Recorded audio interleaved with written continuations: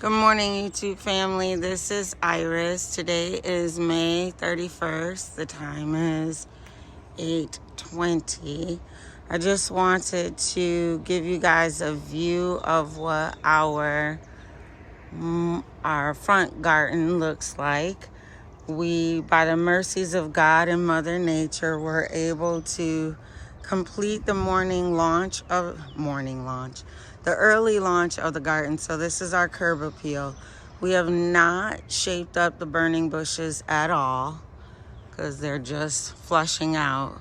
But this is our front porch. I'll talk about this in a minute. But these are the replacements for the arborvitaes. And these are deciduous shrubs that I'm growing to a standard. And I don't know if you can see that. Focus, variated willow. It is pretty. So hopefully, since they lose all their foliage in the winter, we don't have to worry about what happened to the arborvitaes. And then this again is our morning curb appeal. This is my shade garden, the first portion being hostas and elephant ears as they come up, and then with a side flank of gladiolas, Priscilla gladiolas. But this comes in really nicely, but again, it's just the end of spring. But I wanted to show you this portion of the garden walk because the butterfly bushes are coming in well. I would like to guide a sweet potato vine up this trellis, but we'll see what they say. But wanted to stop and say, what is going on here? Is that not the most beautiful? These are Miss Kim lilacs. They are amazing. Back in the day when Lowe's had extra savings on their clearance plants, these were a bargain basement price. I want to say $3 a piece, but I know they weren't more than $5. And then underneath, I believe these are lemon lime corabels, but I know there's a tag on one of these and we'll look at it. Today's topic is adapting accordingly, right? So what do you do when your neighbor's plans affect your garden? So this is what happened to my trees. Most of you know I planted these 15 years ago. So they are very precious to me. And the neighbors are doing some cleaning. So this became secondary, but very sad that my trees got the way that they got. But let me show you what became a priority. So I'm just going to cut through this shrubbery and I will show you as we finish up, pardon my shadow, the shade garden with the hydrangeas. Now in the front, the hydrangeas by the willow had some blooms. You can tell there might be some blooms, but I fully adapted my expectation for these guys because it was such a hard cutback that I'm not sure if I'm going to get any blooms. But the still bees are like, don't ignore us. We are more than able to bloom. So they're going to be handsome this year. And I have some additional astilbes that they just gave tremendously. Again, pardon my shadow, but I'm going to show you over to our project. So you all know that we've been really TLC in this space. You see why I'm very disappointed about the trees, because now you can see through, and I don't like that at all. So, but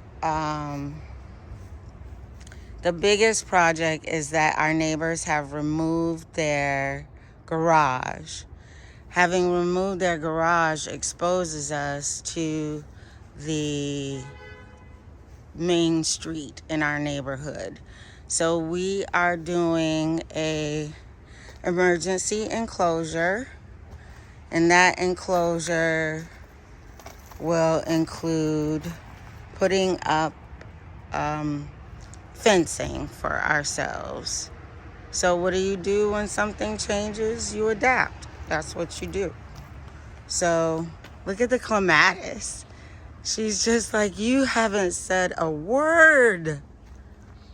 But this is, part of what happens in life. Things change, as my husband said. But this is our early launch garden 2023. So the baskets, as sparsely decorated as they were before, in April, when they were like, I'm cold. Are you cold? I'm cold. But they're coming in nicely, as well as the container plants. They're coming in nicely.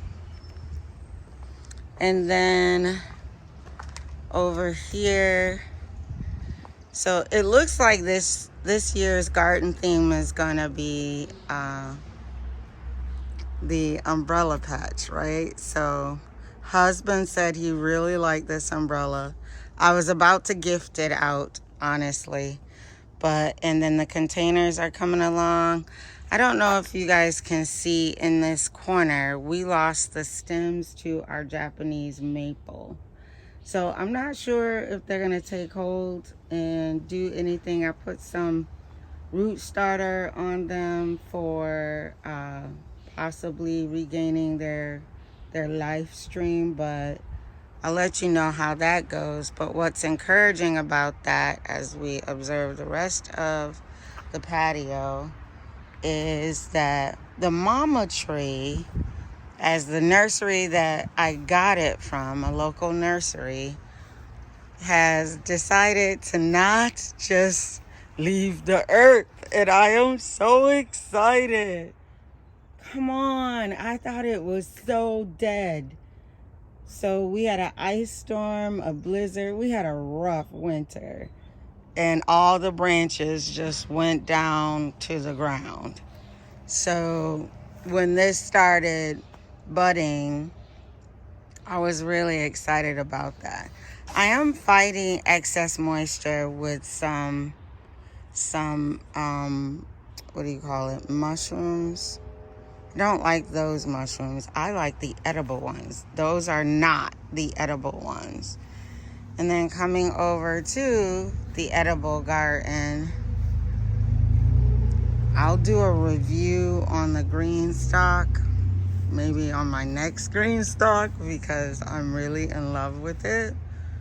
But whoa, did that minimize so much. And I misspoke on the last video where I said my previous tripod containers were from the dollar store. I think those were from Aldi's, but this is from the Greenstock Company, and you can already see my strawberries are like, I like this. So very, very happy. This is another view that I really wanted the early launch of the garden to be ready by, the blooming of the irises. And when I tell you to sit back here and enjoy that, what? But yes, right now you can see straight through to our main traffic street. So we're going to for sure enclose that, like buses, everything. You can just see the traffic. And I like our privacy. Even though I share these videos for garden edification, I think my biggest one was for folks that didn't pay landscapers. I can't really get all the way around because these are the panels for the enclosure, the fencing.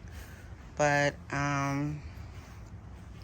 we've been harvesting our asparagus. We have onions, corn, waking up slowly, and then potatoes, and then some pollinator sunflower seeds, and some steak tomatoes.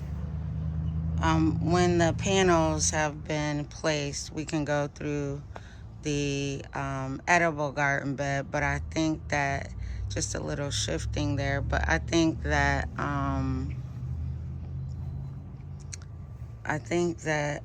all the relocating of plants is going well. The exfoliate is going well. But yes, what do you do when your neighbors do something that affects your garden? You adapt. You get an initial shock. Don't get me wrong. I'm not immune to it. I love my arborvitae trees, but I also like to sit in peace in my yard, so nothing is going to disturb that. We'll make sure of that. So, yeah, I am immensely grateful. Immensely grateful. So this is still my favorite spot. When I sit in this chair and look at the garden, I'm very grateful. I'm going to do something. I haven't decided what to fill in all that space. I like it enclosed. I don't want it sheer. And then you'll get to see what comes next for that space. All right, YouTube family, this is Iris, gardening in Zone 6A. Today is May 23rd. This is the mercy of an early launch garden. I wanted to have it ready for our anniversary. Hubby and I have been married for 29 years. We've been in this property just over 25 years, and this is what it's evolved to. So don't feel like you got to wake up in the morning and get it there yesterday. I started with a back fence ground level garden.